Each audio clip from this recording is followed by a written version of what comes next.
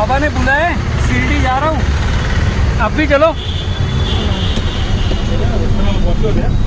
પેલા ટોલ નાકે આવે four wheel લઈને અંદર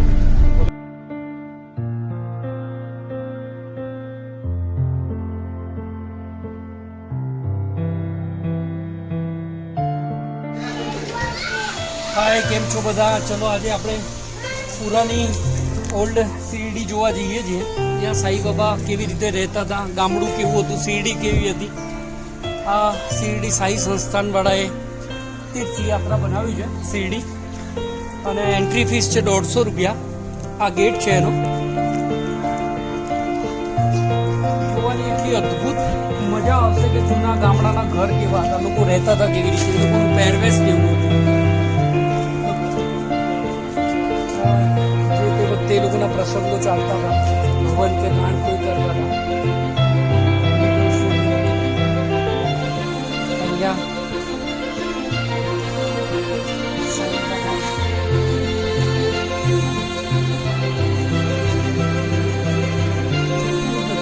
વાતાવરણ ઊભું કર્યું છે. જૂના ગામડાના ઘર આવા હતા, રહેતા હતા. તમે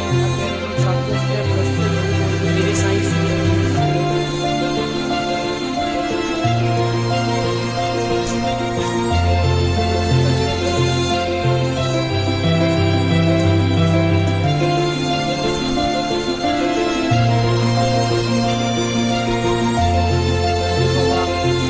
ભાઈજામાના ઘરે બેઠા. ભાઈજામાએ સાઈનને પોતાનો દીકરો બનાવ્યો. સાઈનને ભાઈજામાએ જોયા હતા, સાઈમાં બતાવ્યું.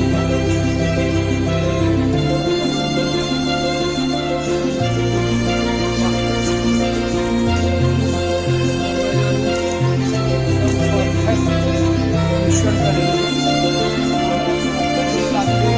આપણે ગામડામાં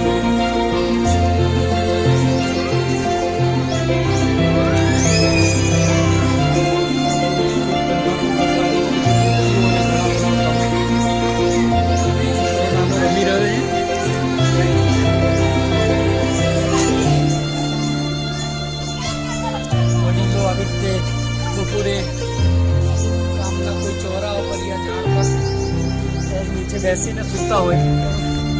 અદ્ભુત વાતાવરણ.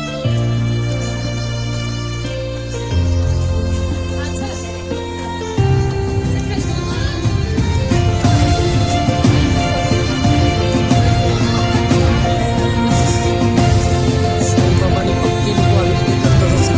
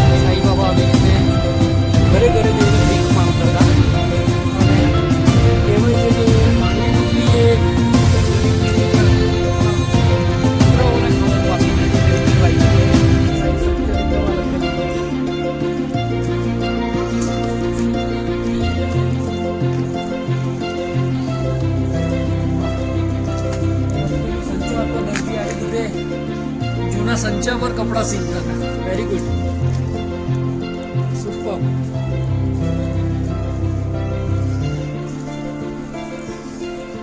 साई बाबाની મસ્જિદનું એકદમ પરફેક્ટ નિરૂપણ કરેલું છે. સાઈ બાબાની મસ્જિદ આવી જતી જૂની પુરાણી, અને સાઈ બાબા મસ્જિદમાં રહેતા હતા, અને ત્યાં જ એમની જૂની લગતી હતી ને અહીંયાથી જ લોકોના ઉપચાર કરતા હતા સાઈ બાબા. અને વાર તહેવારે આવી રીતે ખીચડી નો પ્રસાદ કરીને ગામને બધાને ખવડાવતા હતા. ખૂબ સરસ, અદ્ભુત. કરિયાણાની દુકાન છે એ વખતની. નવ આગળ આપણે બીજું દ્રશ્ય જોઈએ. આ મુનિમજીનો ચાવડી કહેવાથી અહીંયા લોકોનો ન્યાય થતો હતો. ગામડામાં કોઈ નાના મોટા ઝઘડા થતા તો અહીંયા ચાવડીમાં આવી રીતે ગામનો કોઈ સરપંચ હોય તો એ બંને પક્ષોને સાંભળી અને એ લોકોનો ન્યાય કરતા હતા. આગળ જઈએ આપણે. શેરડીનો કૂવો બતાવેલો છે અહીંયા, કે આવી રીતે ગામની બહેનો પાણી કૂવામાંથી કાઢતી હતી અને આવી રીતે પાણી ભરીને જતી હતી.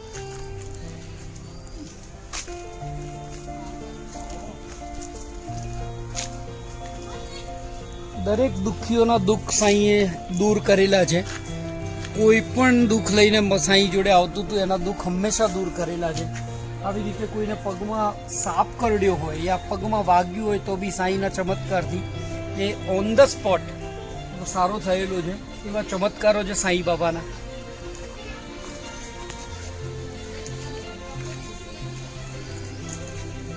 ખૂબ સરસ. અચ્છા, ઘાંચીની ઘાણી જે આ રહી છે, અહીંયા લોખંડનું કામ થતું હતું. લોખંડના આરા બનાવવા અહીંયાથી ધૂણી દખાવીને એર પંપથી આવી રીતે આગને તેજ કરવામાં આવતી અને આવી રીતે લોખંડના વાસણો બનતા હતા.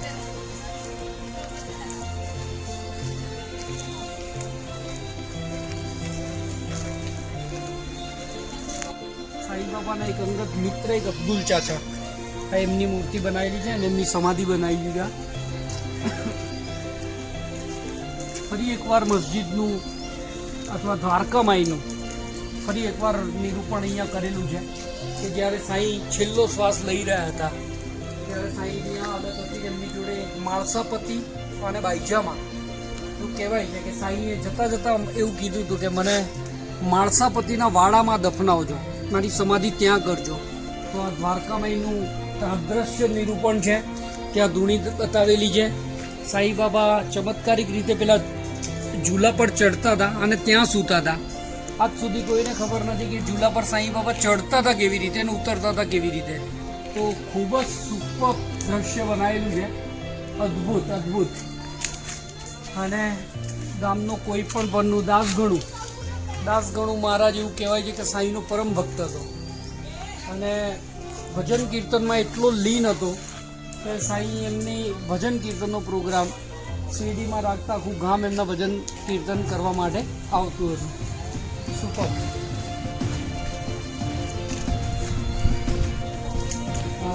માધવરાવ દેશપાંડે સામા ગામની શાળા બતાવેલી. એવી રીતે આટલી નાના રૂમમાં બ્લેકબોર્ડ, જૂના બ્લેકબોર્ડમાં એવી રીતે ટીચર્સ, શિક્ષક, અધ્યાપક એ સમયમાં અધ્યાપક કહીને બોલાવતા હતા. તો અધ્યાપક આવી રીતે સ્ટુડન્ટોને ભણાવતા, વિદ્યાર્થીઓને. અને આટલી નાની 1-2 રૂમની શેરડીમાં શાળા હતી. ખૂબ સરસ. એકવાર શેરડી આવો તો ચોક્કસ જોવા જેવું વાતાવરણ બનાવેલું છે. આગળ બીજા નાના ઘર છે અને છેલ્લે સાંઈએ સમાજ. આ ગામડાના જૂના ઘરો છે. કેટલું નાનું થોરડું કહેવાય. માણસ ખરેખર ત્યારે સુખી હતો. અપેક્ષાઓ ઓછી હતી, શોખ ઓછા હતા, એટલે માણસ સુખી હતો. આ ગામડાનું નાનું ઘર, ત્યાં બંગડીઓ વેચવા કોઈ બેન આવી છે એ બતાવ્યું છે. ત્યાં કોઈ પંડિતજીનું ઘર લાગે છે. ખૂબ સરસ વાતાવરણ બનાવ્યું. આવો છેલ્લે સાંઈ જે ઓરિજિનલ મંદિર છે, સમાધિ મંદિર, એ મંદિરનું પણ ઓરિજિનલ દ્રશ્ય અહીંયા ઊભું કરેલું છે. સાંઈ મૂર્તિ છે. શ્રદ્ધા અને સબૂરી સાંઈના 2 સ્લોગન હતા કે હંમેશા કોઈ પણ ચીજમાં શ્રદ્ધા રાખો અને સબૂરી રાખો. રાહ જુઓ, જે પણ થશે સારું થશે. જય સાંઈરામ. આગળ નાના બાળકો માટે મ્યુઝિયમ જેવું છે, ટ્રેનને એવું છે. ઘોડાગાડી.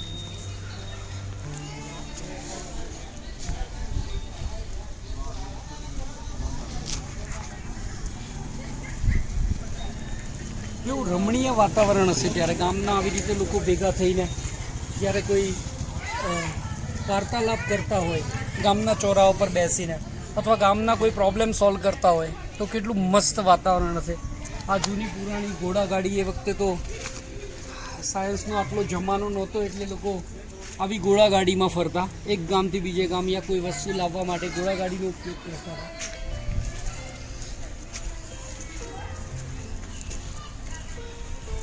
નાનકડા ઘરનું દ્રશ્ય,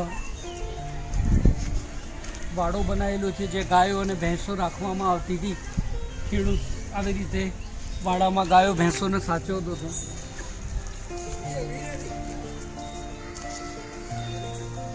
અદ્ભુત કૂવામાંથી પાણી કાઢવાની રીત બતાવેલી છે કે બળદોથી કેવી રીતે હેવી ક્વોન્ટિટીમાં પાણી કેવી રીતે કાઢવું, માણસથી શક્ય ના હોય ત્યારે. આ કૂવો છે.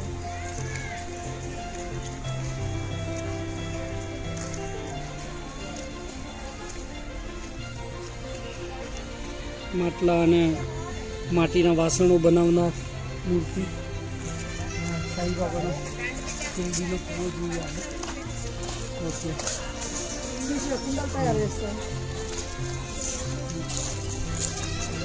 ઓરિજિનલ ખેડૂતનું ઘર બતાવ્યું છે. કેવી રીતે ખેડૂત ખેતી કરતા હતા બળદોથી અને બપોરે થાક લાગે ત્યારે ઝાડની નીચે કેવા આરામ કરતા હતા.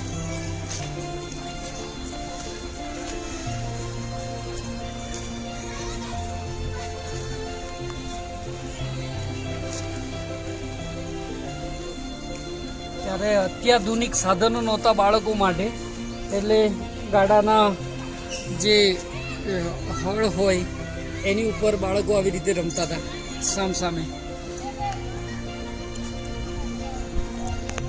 પણ ગાથી બતાવેલો છે, ત્રણ કાઢી ગયો છે બળદથી. આ ગામના મુખિયાઓ આવી રીતે જ્યારે ગામના કોઈ પ્રોબ્લેમ થયા હોય ત્યારે આવી રીતે ચાવડી અથવા ગામના ચોરા પર બેસીને લોકોની દલીલબાજી સાંભળી અને ન્યાય આપતા હતા.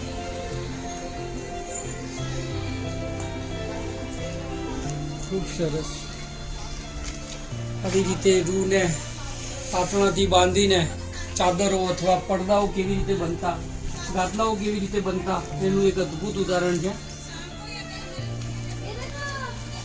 આ હતી આપણી ઓરિજિનલ શિરડી. તો આપણે જોઈ નથી શક્યા, પણ શિરડીનું તાદ્રશ્ય દ્રશ્ય આખું ગામ ઊભું કરેલું છે. ખરેખર અદ્ભુત વાતાવરણ. એકવાર શિરડી આવો તો ચોક્કસ આ ગામ જોવા આવજો. સાંઈ તીર્થ કહેવાય છે અહીંયા આગળ. ઓરિજિનલ મસ્જિદ, સાંઈ કેવી રીતે રહેતા હતા, ત્યાંના ગામવાળા કેવી રીતે હતા, કેવી રીતે કામ કરતા હતા, બળદગાડા, ઘોડાગાડી, આ બધું જ દ્રશ્ય અહીંયા બતાવેલું છે. એક અલૌકિક આનંદ થાય છે. જય સાંઈ રામ.